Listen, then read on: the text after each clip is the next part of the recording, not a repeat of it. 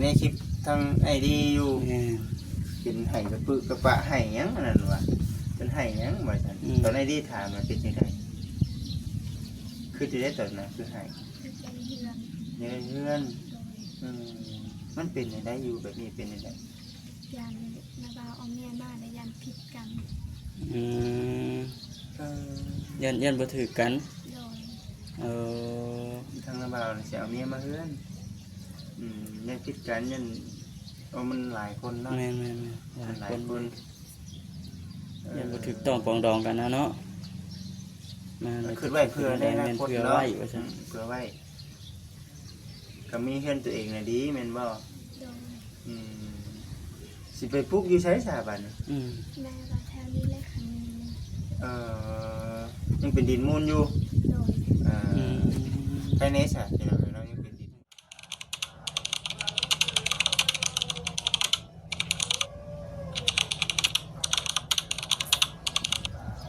มาพี่น้องป้าจะคือเด็ดจางแท้อันนี้พี่น้องเลยเนาะพูดว่าเด็ดโอ้ช่วงนี้ช่างพี่น้องช่วงกันกำลังบ่ายแดดกำลังจ้าไปชันพอดีว่าเดินทางมาพี่เล็กพี่น้องเลยอยู่ที่บ้านสาวเต๋วเนาะพี่น้องเนาะเมื่อนี้ก็ได้มีโอกาสเข้ามาอีกเดินทางเข้ามาอยู่ที่บ้านสาวเต๋วพี่น้องเลยแต่ว่าไม่ได้มาหาทั้งสาวเต๋วกันเนาะมาหาน้องตุนว่าชันน้องตุนบอกพี่น้องเลยเนาะเป็นเคสของทั้งไอรีเพิ่นเข้ามาถามไทยเมื่อก่อนแต่ว่าเขาก็เป็นมือเล็กพี่น้องไอ้ที่ว่าเขามาถามไทยเบิ่งเป็นในใดนะที่ไปที่มาของเพิ่นเห็นในคลิปของไอรีเพิ่นข้าวๆพี่น้องไอ้เนาะ เพื่อกำผ้าพ่อนี่แหละประมาณนั่นแหละพี่น้องนี่ข้าวๆพี่น้องไอ้เนาะทักทายสบายดีเด้อพี่น้องเด้อเนาะทักทายสบายดีทุกคนไปพี่น้องไอ้ว่าลายห่างขับไปเบิ่งไปชนกันน้องตุนไปสั่นอาศัยอยู่นำกันทุกคนเพื่อนคือว่าหลังใหญ่หลังโตอยู่นะเนาะ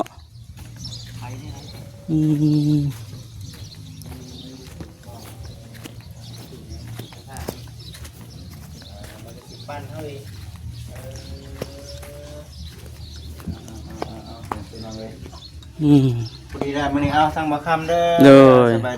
สบายดีน้องเอาก็สิตั้งกล้องไว้มานี่แหละเบิ่งเด้อบ่ค่ำเด้อโอเคอันนี้เป็นของทั้งครูบาเนาะอยู่ทางสวรรค์เพิ่นพุ่นแหละบาเดือนเพิ่นเพิ่นให้ครับทางบ่คิดมาแบ่งปันกันไปเป็นข้าวต้มขนมเด้อน้องเด้อโอเคพอได้ต้อนเนาะพอได้ต้อนพอได้ของผักของต้อนพี่น้องเลยเด้อได้อยี่บอกว่าครับกองแจ้งอยู่พอดีเมื่อนี้พี่น้องเนาะกับ14กับคือสีหูกันนี้ได้ละในเรื่อง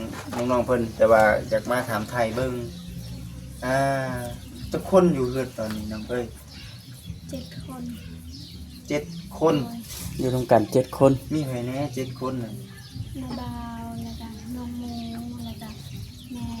แล้วก็น้อง3 คนน้องเจ้าน่ะ3 คนโดยรวมทั้งหมด4 คน4 คนแต่ว่าเจ้านี่เป็นลูกกุ๊กบ่โดยลูกกุ๊กเด้อเนาะมีน้องอีก3 คนโดยแสดงว่าแม่เจ้านี่มีลูก4 คนเนาะ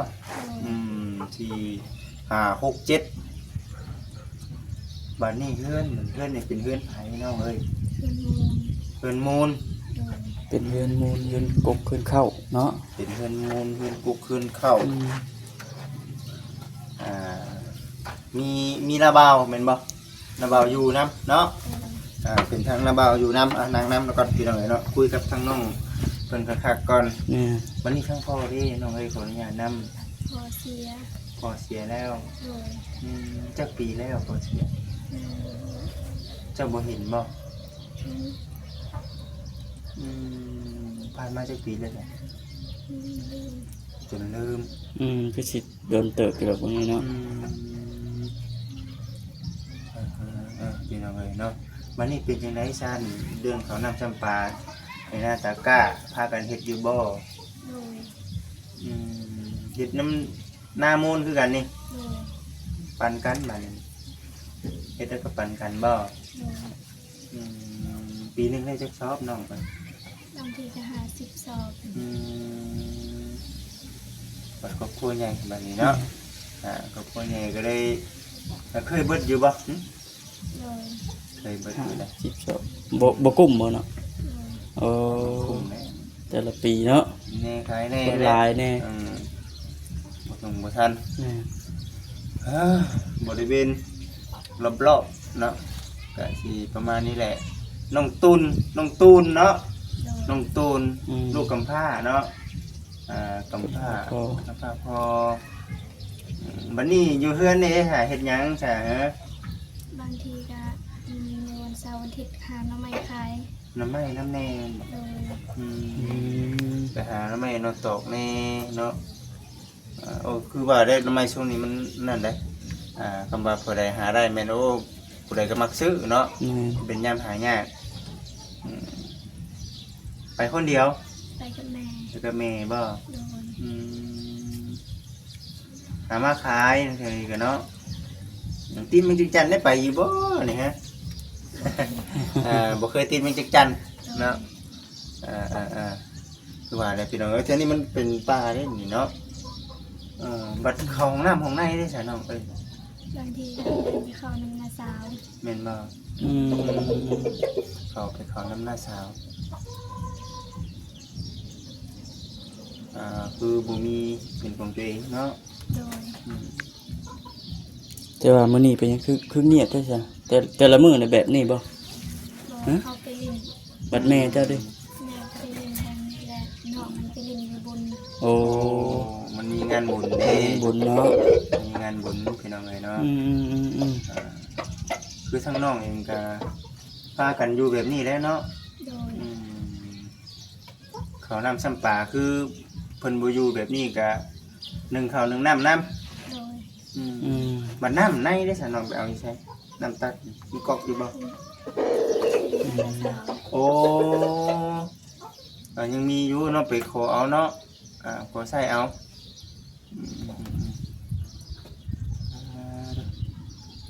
นั่นแหละพี่น้องเอ้ยแต่ทั้งนั้นเนี่ยก็นาบ่าวเพิ่นเฮ็ดหยังจังซุมื้อ ไปหาเฮ็ดเพื่อน เฮ็ดเพื่อนนำแน่เดี๋ยวคือทั้งแม่เจ้าได้สาวปัจจุบันเฮ็ดหยังแน่ บาง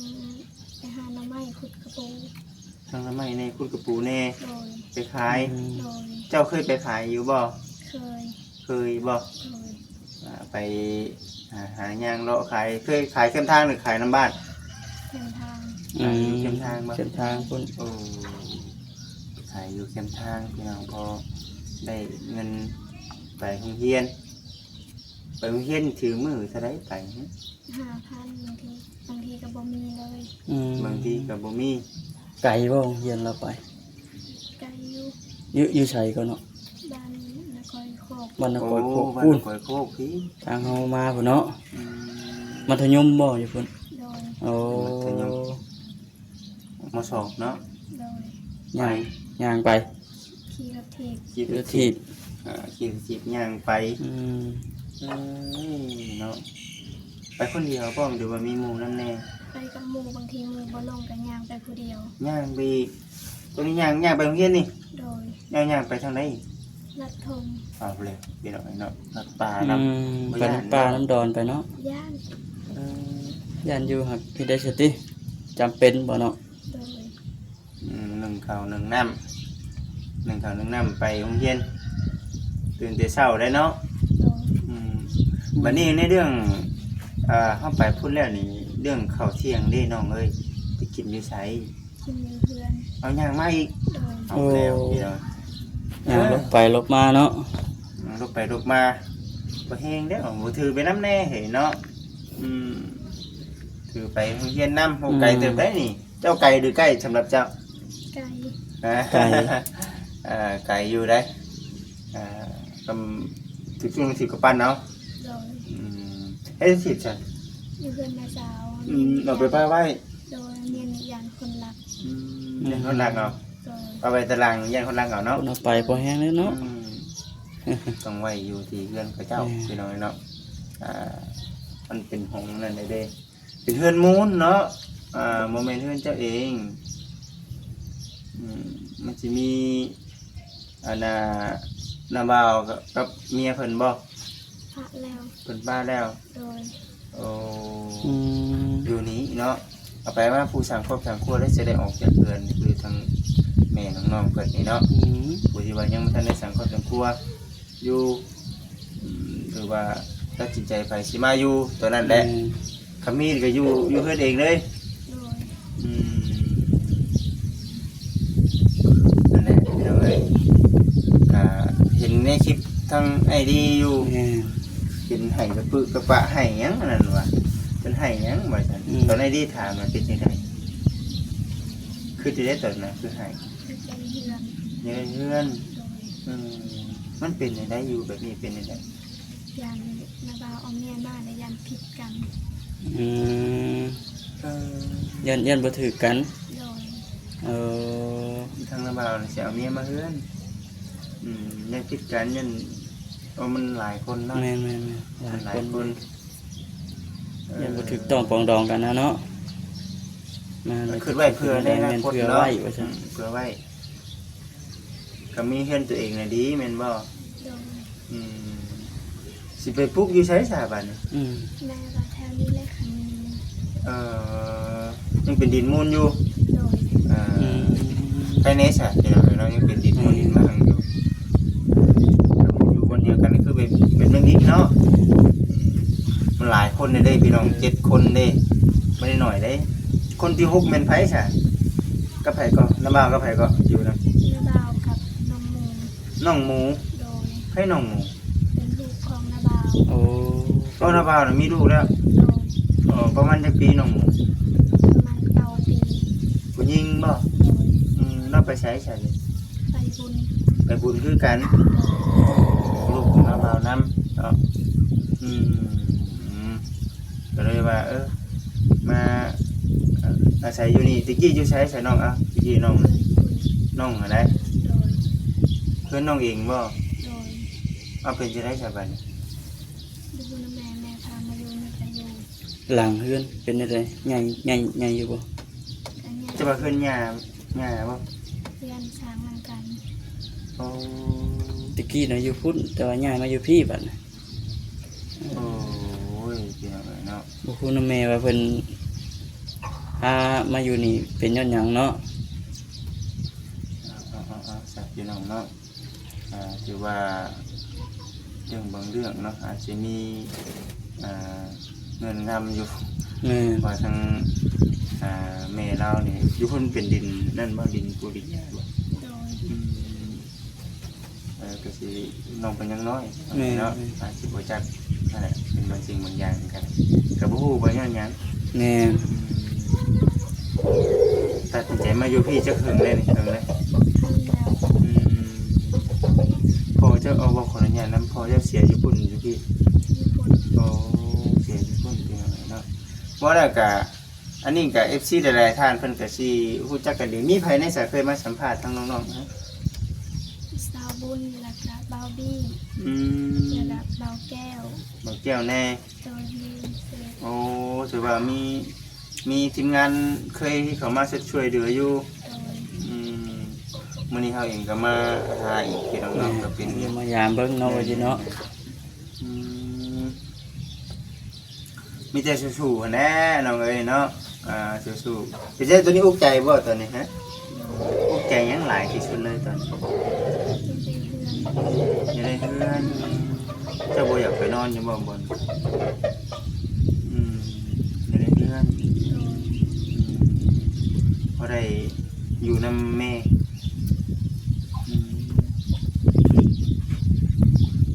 แล้วพี่น้องเนาะมีแต่ว่าเบิ่งไปซะพี่น้อง FC พิจารณาเบิ่งไปทางผู้รักผู้ใหญ่เพิ่นเบิ่งเพิ่นก็พิจารณาเบิ่งพี่น้องเนาะ ตามเบิ่งไปนำกันเนาะ เพราะว่าทางบ่จิตนี่คือ FC เห็นนั่นแหละเนาะเพราะว่าบ่ท่านฮู้เด้ แม่ เขามาเป็นครั้งแรกเนาะเขามาเป็นครั้งแรกเขาก็เลยได้ฮู้สาเหตุบันไดที่ มาที่ไปปานใดแต่ว่าทางแต่ว่าทางน้องเพิ่นนี่ก็อยู่มาแบบนี้เนาะเขานั่งสัมภาษณ์นี่จะเป็นคนหนึ่งเลยตัวเอง โดย นั่นแหละพี่น้องคุณได้เนาะตัวนั้นบอกอยู่เทิงเลยเนาะแม่นบ่ โดย อยู่เทิงเลยเลยพี่น้องเอ้ยเนาะทางน้อง เฮ็ เพิ่ ด น อยู่เฮ็ดกินนี่แม่นอยู่เทิงเลย อืม เออ อยู่เฮ็ดกินแม่นอยู่เทิงรถไถก็รถไถเพแล้วนี่เนาะแม่นบ่ โดย เอารถไถนี่บ่ไถนานี่ ตอนนั้นเอากันท่าน โอ้ เออ มันเก่ามันตัวนี้บ่ได้แล้วตัวนี้เนาะ โดย ใช้งานบ่ได้แล้ว เพแล้วว่าซั่นติ นั่นแหละเด้อพี่น้องเด้อเนาะมึงไปน้ำกันเลย เพราะว่าน้องนี่ประมาณจักปีแล้วหาจักปีแล้วน้องของเจ้านะ 13เขา13 จะน้องผู้หญิงหัน2 ปี มี2 ปีอยู่บ่ โดย โอ้ ยังมีผู้น้อยอีก โดย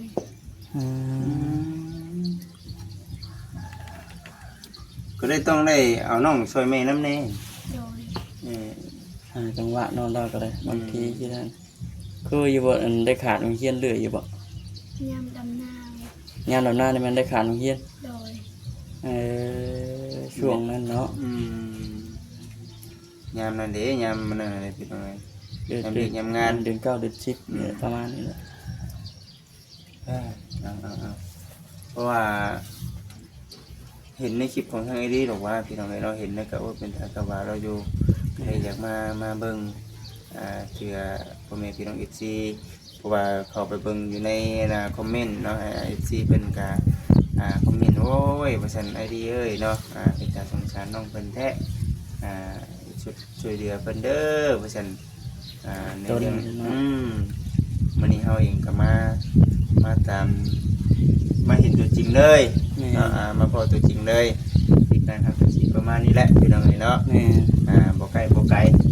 อยู่แถวนี้แหละเพราะว่าก็ยังครั้งแรกเขามาเรื่อยอยู่เนาะเขามาเรื่อยอยู่บ้านเพิ่นบ่เลยเขามาฮอดจุดนี้พี่น้องเนาะคำคุณบ่แม่มา จะมาหลอกกันบ้าง นี่หลายชาวได้ซั่นนี่ กินแล้ว กินเฮ็ดหยัง กินเศษ กินซีน โอ้ดีแท้สินมันได้ใช้อ่ะบัด ไปบุญถึงกินเงินป่า โอ้เพื่อนป้าเพื่อนญาติพี่น้อง ไปบุญน่ะไปกินอยู่พุ่นเนาะ อืม เอาจ้ะมีแต่จังใดก็เรื่องความฝันเนาะก็ขอให้เป็นจริง แม่ เนาะขอให้เป็นจริงมีแต่รู้มันนั่นแหละเฮ้ยตั้งใจเอาน้องเอานมซอยแม่ แม่เรียกน้ำเพื่อนน้ำชานี่แหละเนาะ เฮ็ดหยังแน่สะไลในซุมื้อนี่นึ่งข้าวตักน้ำเครื่องหมู มีหมูอีกบ่ โดย ซุมื้อเด้เนาะ โดย เฮ็ดซุมื้อแหละพี่น้อง เรียกประจำวันว่าซั่น เรียก เนาะ ประจำวันเฮ็ดซุมื้อเฮ็ดแทนผู้รักผู้ใหญ่แทนแม่เห็นได้บ่แม่ก็ยังเอาน้องเอานมอยู่เนาะเฮ็ดไปเพราะว่าคันบ่เฮ็ดบ่ได้เฮาใหญ่เด้เนาะ น้ำมือแห้งใหญ่ขึ้นแล้ววันนี้เนาะน้ำมือแห้งเวียกแห้งสิลายขึ้นเลยน้องมันตุนเลย น้องตุนน้องตุนพี่น้องชื่อเพิ่นใครเราแถวนี้บ่ไกลปานใดพี่น้องเนาะมีเวียกงานแบบใดก็เฮาก็เล่น เล่นเข้ามาเนาะ เล่นมาสะดวกสบายอยู่ได้เป็นบ้านอันสาวแตวเนาะ แม่นว่าให้บ้านสเตล แม่นมาหมู่บ้านสาวแตว น้องตุนหู้อยู่บ่เนาะ จักอยู่บ่สาวแตว ถูก อยู่ จักอยู่เนาะเป็นหมู่บ้านเดียวกันเนาะเป็นหมู่บ้านเดียวกันเป็นบ่ไกลนะไปนี้เนาะ แม่น ไปนี้ก็คือว่าบ่เพราะว่าทาง ทางออกเลย ทางออกเป็นเพื่อนสาวแตว อืม เป็นหมู่บ้านเดียวกับเราพี่น้องเอ๋ยเนาะก็เลยบ่ไกลแน่ว่าซั่นน่ะนะคันว่ามีเวียกมีงานผู้รักผู้ใหญ่เพิ่นมอบหมายให้เฮาบัดว่าซั่น ก็เลยแรงเข้ามาว่าซั่นติ เพิ่นเข้ามา แสดงว่าเดี๋ยวนี้แม่ยังบ่ได้เอาผัวได้เนาะบัดนี้เนาะยังบ่ทันได้มีครอบครัวใหม่เออยังต้องได้เป็นแม่ใหม่เลี้ยงเดี่ยวอยู่ได้นี่เนาะแม่ใหม่เลี้ยงเดี่ยวอยู่ผู้แม่ก็นี่ล่ะเป็นลูกกำพร้าเลยเนาะมีแต่อดทนสู้ต่อไปเนาะสักมื้อนะพาไปหาหน้าไม้นี่เด้อ โดย แล้วบอกชื่อจักมาหาเป็นอยู่บ่เด้เนาะ ไกลบ่ไปแต่ละมื้อไกลบ่ ไก่ ไก่ ไกลเด้ไปดีเด้อ ว่าอยู่บ่ แล้วแถวนี้ได้หนีมีบ่แถวนี้ บ่มี บ่มีบ่แถว เรื่อยๆโด ปัญ ย หาเด้อบ่แถวบ้าน โดย ย่านว่าเนาะแล้วพี่น้องเอ้ยเนาะมาเบิ่งไปนํกันพี่น้อง แกงนี่เป็นอยู่บ่แกงหน่อไม้ เป็นอยู่ เป็นอยู่แซ่บอยู่บ่ บ่ แกงหน่อไม้ใช่หยัง ใส่เกลือเป็นนัวปลาแดก เบ่ได้ หน่อไม้ อ่า น้ อย่าลืมใช้หม้อเด้ออายุพี่น้องบ่ให้น้องเพิ่นบอกก่อนเนาะ โอ้ยอก ว่าหยอกก่อนเห็นน้องเพิ่น ซึมๆอยู่ดิ ชื่มอุกใจพี่น้องเอ้ยเนาะก็บ่หยอกน้องเพิ่นเป็นน้ำมีรอยยิ้มรอยหัวแน่เพราะว่าเสาหลายมันบ่ดีเนาะ แม่มีสินานใหญ่ นั้นใหญ่เด้ดิเดี๋ยวนั้นใหญ่เด้เนาะ นานใหญ่ เดี๋ยวเป็นคนขะแยเด้เนาะบ้านเอ้ย คนขะแย คนขะแยนั้นใหญ่เอาพี่น้องเด้อเบิ่งไปนํกันเด้อเนาะกันว่าอยากให้กับทางบ่จิตเข้ามาอีกเนาะก็มีแต่ว่า พิจารณาเบิ่ง พิจารณาเบิ่ง เนาะ พิจารณาเบิ่งในเรื่องครอบครัวเพิ่นเขาก็ยังบ่ได้คุยกับแม่เพิ่นข้างในเด้นี่เพราะว่า มา เรื่อง เทื่อ ราย แรก ละเอียดแม่เพิ่นสิสอนอยู่ข้างคือสิเข้าใจคัก แม่ เบิ่งนี่สิประมาณเดียวกันกับทางน้องน้ำเพชรเนาะ แม่ ป ประ ระ มา มา ณ ณ เดี เดี ย ยว ว กั กัน น ปันเดียวกับทางน้องน้ำเพชรเลย ทางเก่งกับเบาเพิ่นแหละพี่น้องเลยประมาณนั้นมีแต่สู้ๆเด้อด่าเด้อสู้ๆมีแต่อยากได้เฮือนอย่างเดียวนี่บ่อย่างอื่นบ่อยากได้บ่ ตอนนี้ไหนก็ยานะว่าฉันขอแค่คอยได้ไปนอนเฮือนตัวเองนี่นะเนาะ นอนอยู่เพื่อนเพิ่นก็คือบ่คือโตเนาะ อืม มันบ่นั่นปานใด เพราะว่าบ่ได้อยู่นี่ตั้งแต่ได้มาแล้วเนาะแม่นบ่ โดย หาก็ใหญ่มานี่เด้มันก็เลยบ่มีความชินเค เคย ย ชินเนาะเคยชิน กระบ่นึงข้าวนึงน้ำเอามันก็ยันเพิ่นว่าอีกนี่แม่นบ่ โดย อันนี้คือน้องคือเฮาคิดไปเอง แม่ มันอยู่เฮือนเพิ่นเด้พี่น้องเอ้ยเนาะคิดไปเองบ่นึงข้าวนึงน้ำบัดโอ้ยมาอยู่เฮือนละล่ะก็บินนึงข้าวนึงน้ำแน่ว่าซั่นน่ะนะ น้ำในก็อย่าให้ขาดได้จะว่าในนี้มีเพื่อนติงใครแน่เนาะจะคิดคือเก่าอยู่แน่พี่น้องเอ๋ยแต่ว่าบ่ได้ขึ้นขนาดพะวงดังเด้ย่านหมู่มาว่าว่าซั่นมีเพื่อนเฮาอีกเนาะคือจะได้บ่ครับ โอเค มีแต่ว่ามื้อหน้าเด้อเพิ่นมีโอกาสผู้รักผู้ใหญ่เพิ่นมอบหมายงานให้ก็สิมาเยี่ยมมายามเด้ออดทนสู้ๆเบิ่งพี่น้องเนาะนี่ก็มีเงินติดถุงเนาะให้อีดาพอได้ชื่อน้ำในกินนั่นแหละเด้อด่าเด้อโดยไปโรงเรียนบ่มื้อนี้คือบ่ไป วันเสาร์ ไม่เหยาก่อนพี่น้อง แม่ เนาะโอ้ย แต่ว่ามื้อหน้ามื้อในผู้ใดเนาะ มื้อหน้าพุ่นแหละมื้อหน้าพุ่นแหละจังสิได้มาเยี่ยมมา แต่ว่าต้องได้ว่าช่วงเร่งนี่กันว่าเป็นมื้อที่ว่าน้องเพิ่นไปโรงเรียนก็ได้ แม่นบ่เนาะ โดย ชุงแดงเนาะจังได้พ่อเนาะชุงแดงได้จะได้พ่อเพราะว่าน้องเพิ่นเข้าทำเรียน เป็นว่าพ่อนั่นก็วันเสาร์วันอาทิตย์พุ่นแหละ เอาอิงตามเนาะอิงตามการงานนั่นเองที่เฮานั่นกันคุยกันเข้าใจอยู่ดอกพี่น้องเอ้ยมีแต่ว่าสิประมาณโอเคน้องเอ้ยมาเอาสบายดี โอเคพี่น้องเด้อ ไปพี่น้องทางสยินเบิ่งโทรมาพอดีพี่น้องไงเนาะจบคลิปก่อนบ่คำก็ได้พิจารณาเบิ่งเจอกันพี่น้องเอ้ยสบายดี